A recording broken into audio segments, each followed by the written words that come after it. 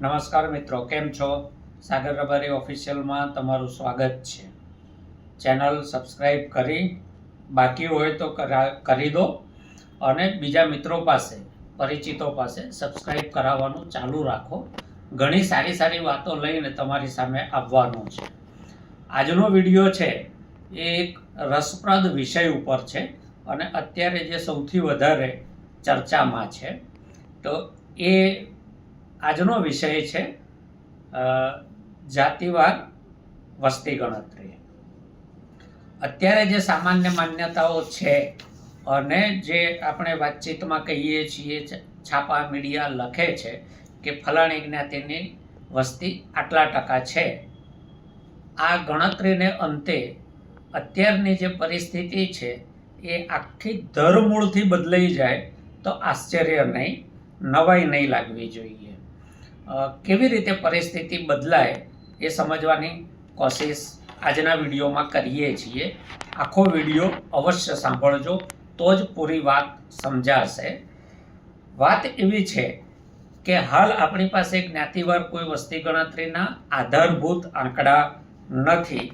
એટલે સામાન્ય રીતે જે લોકો શિક્ષિત હોય અને આ વસ્તુનું મહત્ત્વ સમજે છે એવી જ્ઞાતિઓ પોતાની ટકાવારી હોય એના કરતાં સામાન્ય રીતે થોડી વધારીને જ કહેતા હોય છે અને આધારભૂત માહિતી નહીં હોવાને કારણે એને ચેલેન્જ કરી શકાતું નથી. માનીને ચાલવું પડે છે કે એક્સ યા વાય યા ઝેડની આટલા ટકા વસ્તી ગુજરાતમાં કે દેશમાં છે. આ ટકાવારી શિક્ષિત જ્ઞાતિઓ ઊંચી એટલા માટે બતાવે છે અથવા એવી માનસિકતા એટલા માટે રહે છે કે ઊંચી ટકાવારીથી જ્ઞાતિનું રાજકીય વજન વધે છે. ઊંચી ટકાવારી બતાવવાથી બજેટની ફાળવણીમાં અજાણતા પણ વધારે ભાગ મળે છે. ઊંચી ટકાવારી ચૂંટણીની ટિકિટોમાં સિંહ ફાળો અપાવવામાં મદદરૂપ થાય છે. ઊંચી ટકાવારી દરેક જગ્યાએ પ્રાથમિકતા અપાવે છે. આધારભૂત આંકડા ના હોવાને કારણે કોઈ સામું કહી શકતું નથી કે એક્સ યા વાય યા ઝેડ આટલા ટકા નહીં, તમારી વસ્તી આટલા ટકા જ છે. આપણને ગુજરાતમાં ખેડૂત કેટલા છે, દેશમાં ખેડૂત કેટલા છે એ ખબર છે, પરંતુ કઈ જ્ઞાતિના કેટલા ખેડૂતો છે એ આપણને ખબર નથી. ખાનગી અને સરકારી રોજગાર કેટલા છે એ આપણને ખબર છે, પરંતુ કઈ જ્ઞાતિને કેટલા રોજગાર મળ્યા અથવા કઈ જ્ઞાતિના ભાગમાં કેવા પ્રકારના રોજગાર આવ્યા એની આપણી પાસે કોઈ માહિતી નથી. રાજ્યમાં કે દેશમાં મજૂર કેટલા છે, મજૂર આપણને આંકડા ખબર છે, સરકાર પણ આંકડા બહાર પાડે છે, પરંતુ કઈ જ્ઞાતિના ભાગે કયા પ્રકારની મજૂરી આવે છે એ કોઈને ખબર નથી. સરકાર બજેટ બહાર પાડે છે, બજેટમાં નાણાંની જોગવાઈ કરે છે, નવી નવી યોજનાઓ બહાર પાડે છે, જેમ ખેડૂતો માટે, એમ મજૂરો માટે, એમ બીજા ત્રીજા વર્ગો માટે, પરંતુ એ બજેટમાંથી કઈ જ્ઞાતિના ભાગે કેટલું આવે છે, કઈ જ્ઞાતિને શું મળે છે એના આંકડા આપણને અત્યારે ખબર પડતી નથી. અત્યાર સુધીના આઝાદીના વર્ષોમાં કઈ જ્ઞાતિના ભાગે શું આવ્યું, કોણે કેટલો વિકાસ કર્યો, કોણ આગળ વધ્યું, કોણ પાછળ રહ્યું, કોના માટે શું કરવાની જરૂર છે એ અત્યારે આપણને આંકડાઓના અભાવમાં ખબર નથી.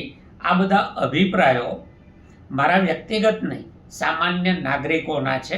આપણે કોઈની સાથે વાતચીત કરીએ તો એમાં આ જુદા જુદા અભિપ્રાયો આવતા હોય છે. હવે જ્ઞાતિવાર વસ્તી ગણતરી થાય, જે આ વખતે થવાની છે, તો ઘણી બધી બાબતોની આપણી પાસે અધિકૃત સરકારી આંકડાઓ રૂપે માહિતી આવશે. કોણે કેટલી પ્રગતિ કરી, કેટલો વિકાસ કર્યો એની અધિકૃત રીતે આપણને ખબર પડશે. કોણ કેટલું પાછળ રહી ગયું એ પણ આપણને અધિકૃત રીતે ખબર પડશે. કોઈપણ જાતના રાજકીય કે જ્ઞાતિવાદના ઈરાદા વગર, કોઈની લાગણી દુભાવવાની ભાવના વગર, માત્ર વિચારવા માટે, હું જે વિચારું છું એ તમને વિચારવા માટે વિનંતી કરું છું કે આ વસ્તી ગણતરીના અંતે મને એવું લાગે છે કે ગુજરાતના આખા, જ્યારે નવા આંકડા આવશે ત્યારે આખા રાજકીય, આર્થિક અને સામાજિક જ્ઞાતિવાર ગણિતો દર મૂળથી બદલાઈ જશે. મને આવું કેમ લાગે છે એ હું જ્યારે વિચારું છું, તમને પણ વિનંતી કરું છું કે તમે આ સંદર્ભમાં પોતે તટસ્થ ભાવે વિચારજો અને તમને શું લાગે છે એ તમે કોમેન્ટ કરીને મને કહેશો તો મને પણ વિચારવામાં વધારે મદદ મળશે. એક દાખલા તરીકે હું સામાન્ય રીતે આ રીતે વિચારું છું કે જે જ્ઞાતિઓ વધારે ટકા હોવાની વાત કરે છે એમાં આપણે માની લઈએ એક ઉદાહરણ તરીકે કે એ જ્ઞાતિની વસ્તી ગુજરાતમાં 15% છે, બી જ્ઞાતિની વસ્તી ગુજરાતમાં 18% છે અને સી જ્ઞાતિની વસ્તી ગુજરાતમાં 24% છે. તો અત્યાર સુધી તો આપણે એને પડકારી નહોતા શકતા. આ 15%, 18% અને 24%માંથી કોણ કેટલું આગળ વધ્યું, કોણ કેટલું પાછળ રહ્યું એ આપણને ખબર નથી. તો હવે આ સ્થિતિ બદલાઈ કેમ જશે એવું મને કેમ લાગે છે? તો ઉદાહરણ તરીકે જે લોકો વધારે હતા એમના ભાગે સ્વાભાવિક વધારે સંસાધનો આવ્યા, એ પોતે જાગૃત હતા, વહેલા શિક્ષણ મેળવ્યું, રાજકીય જાગૃતિના કારણે શૈક્ષણિક જાગૃતિ આવી, શૈક્ષણિક જાગૃતિને કારણે આર્થિક જાગૃતિ આવી, એટલે એમણે સ્થળાંતર કર્યું. સ્થળાંતર માત્ર ગામમાંથી શહેરમાં નહીં, પરંતુ સ્થળાંતર રાજ્ય બહાર, સ્થળાંતર દેશ બહાર કર્યું. બીજું, શૈક્ષણિક અને આર્થિક જાગૃતિને કારણે એમણે બીજા સમાજોના પ્રમાણમાં વસ્તી નિયંત્રણ વહેલું અપનાવ્યું. એટલે શરૂઆતમાં 2 બાળક, પછી 1 બાળક અને છેલ્લો તબક્કો એમનામાં લિંગ અસમાનતાને કારણે પેઢી સમાપ્ત થઈ જાય એવા પણ પ્રસંગો ક્યાંક ક્યાંક દેખાયા છે. તો બીજી તરફ જે લોકો શૈક્ષણિક રીતે પછાત રહ્યા એમનામાં સ્થળાંતર અને વસ્તી નિયંત્રણ અને લિંગની અસમાનતા મોડી આવી. એટલે થયું શું?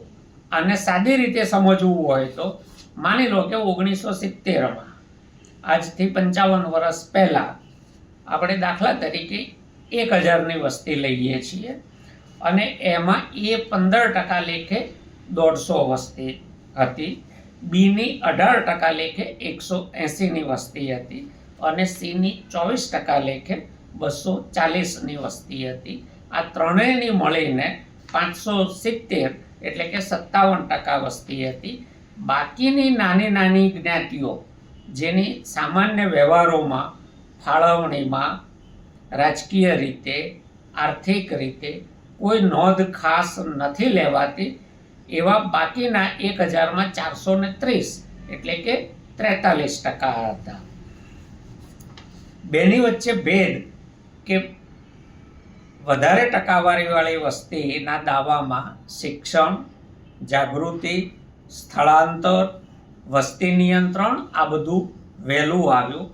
પેલા 430 જેની ખાસ કોઈ જગ્યાએ નોંધ નહોતી લેવાતી એમાં રાજકીય જાગૃતિ, શૈક્ષણિક જાગૃતિ અને આર્થિક સશક્તિકરણ મોડા આવ્યા. પરિણામ શું આવ્યું કે એમનામાં સ્થળાંતર, વસ્તી નિયંત્રણ અને લિંગભેદ મોડા આવ્યા.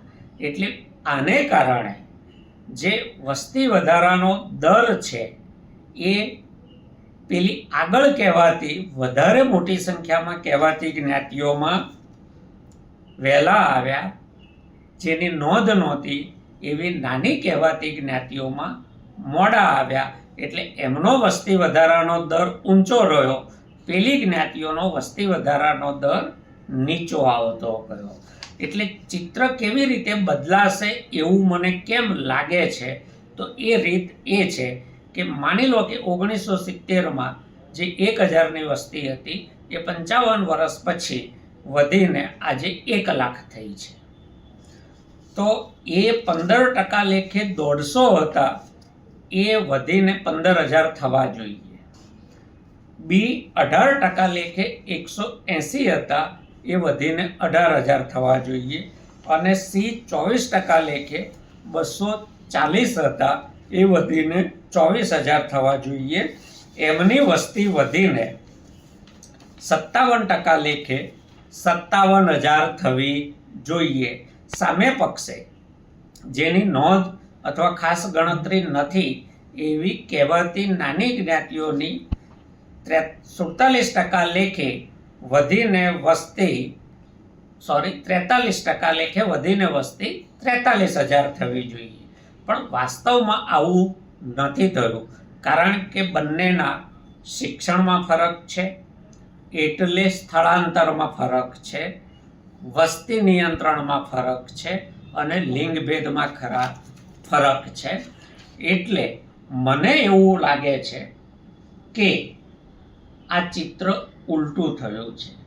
જે 43% હતા એ વધીને 50 કે 55%, 57% થયા હોઈ શકે, અને જે 57% હતા એ ઘટીને વસ્તી વધારો અને સ્થળાંતર ઘટવાને કારણે ઘટીને 50%, 47%, 43% કે 40% પણ થયા હોઈ શકે છે.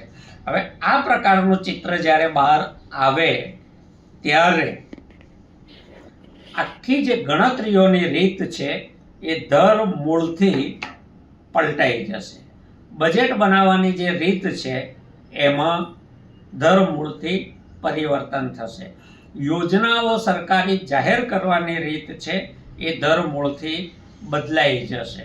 અને રાજકીય વર્ચસ્વ કે રાજકીય વજન જે આજના સમયમાં સૌથી વધારે મહત્વનું ગણાય છે એ પણ ચિત્ર આખું બદલાઈ જશે. કોણ હકીકતમાં કેટલા ટકા છે એને આધારે રાજકીય પક્ષો પોતાની ચૂંટણીની ટિકિટોની ફાળવણી કરશે, સરકાર પોતાના બજેટની ફાળવણી કરશે અને જે તે સરકારી વિભાગો પોતાની યોજનાઓની જાહેરાત ફાળવણી કરશે. એટલે આજે જે ચિત્ર છે એ આખું ધરમૂળથી ગુજરાતમાં બદલાતું મને દેખાય છે. તમને શું દેખાય છે એ કોમેન્ટ કરીને અવશ્ય કહેજો. અને આટલે સુધી આવ્યા છો જોતા મારી સાથે, છતાં જો બાકી છે તો સબસ્ક્રાઈબ કરી દેજો. ખૂબ ખૂબ આભાર.